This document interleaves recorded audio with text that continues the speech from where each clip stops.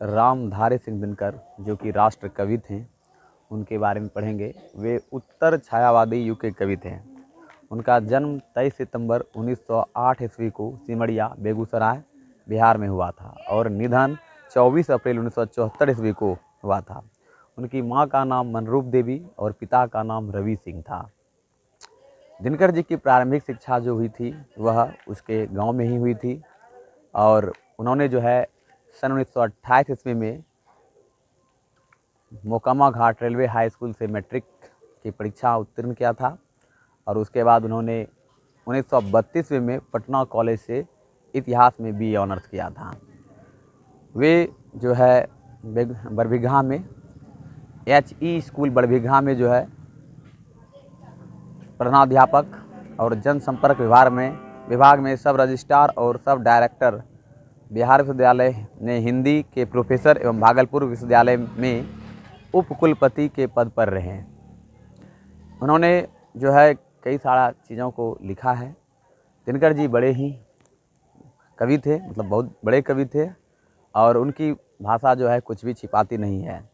उनकी प्रमुख कृतियों का यदि बात किया जाए तो उनका प्रमुख कृतियाँ हैं प्रणभंग, रेणुका, हुंकार, रसवंती, कुरुक्षेत्र, रश्मिरथी, नीलकुसुम, उर्वशी, परशुराम की प्रतीक्षा, हारे को हरिनाम आदि काव्य कृतियाँ एवं मिट्टी की ओर, अर्धनारीश्वर जो क्लास 12 में प्रोवाइड किया गया है, संस्कृति के 4 अध्याय, काव्य की भूमिका, वट पीपल, शुद्ध कविता की खोज, दिनकर की डायरी आदि गद्य कृतियाँ हैं।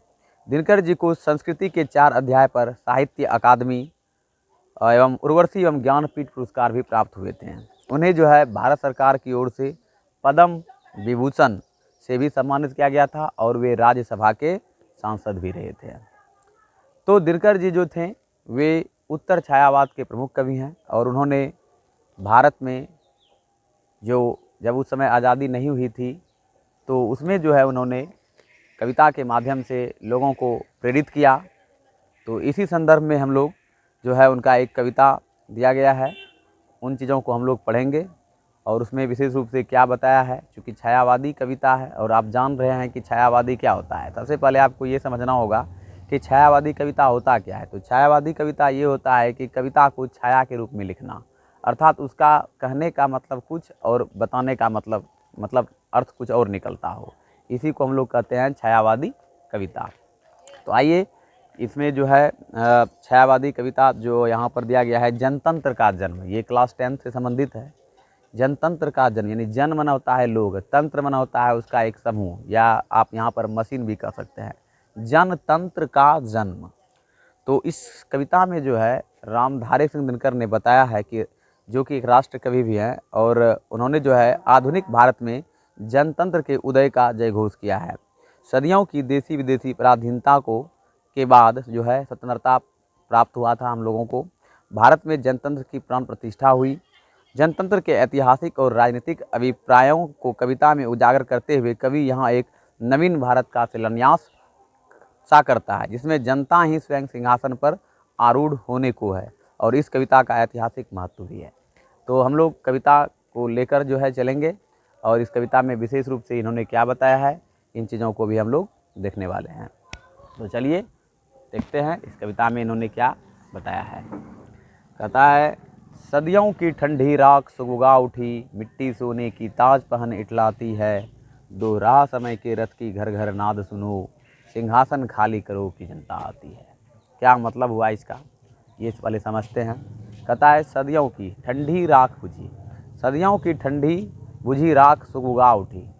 हमारा देश अंग्रेज़ों के गुलाम, हमारा देश जो है अंग्रेज़ों का गुलाम था और अंग्रेज़ जो है हमारे देश के लोगों पर क्रूरता भरा शासन करता था, जिससे यहाँ की जनता जो है बहुत जो है विवश थी उसके अत्याचारों को सहने के लिए।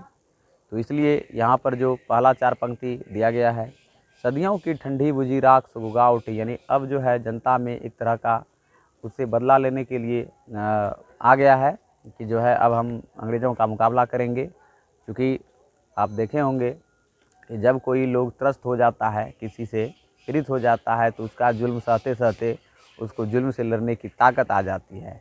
तो ठीक उसी प्रकार हमारे देश के जो लोग थे वे अंग्रेज़ों के अत्याचार की वजह से जो उसे लोहा नहीं ले पाते थे, लेकिन धीरे धीरे उनके जुल्मों को सहने की वजह से उसके अंदर ये जिज्ञासा हुई कि अब जो है हमें भी आगे लड़ना ही होगा, तभी जो है हमारी ज़िंदगी सही तरीके से चलेगी। तो यही यहाँ पर राष्ट्र कवि रामधारी सिंह दिनकर कहते हैं कि सदियों की ठंडी बुझी राख सुगुगा उठी, मिट्टी सोने की ताज पहन इठलाती है, दो राह समय के रथ के घर घर नाथ सुनो, सिंहासन खाली करो की जनता आती है। तो ये 4 पंक्ति बहुत ही महत्वपूर्ण है। तो इस तरह से आगे जो है हम लोग इसको पढ़ेंगे और पढ़ने का प्रयास कर भी रहे हैं। और कल जो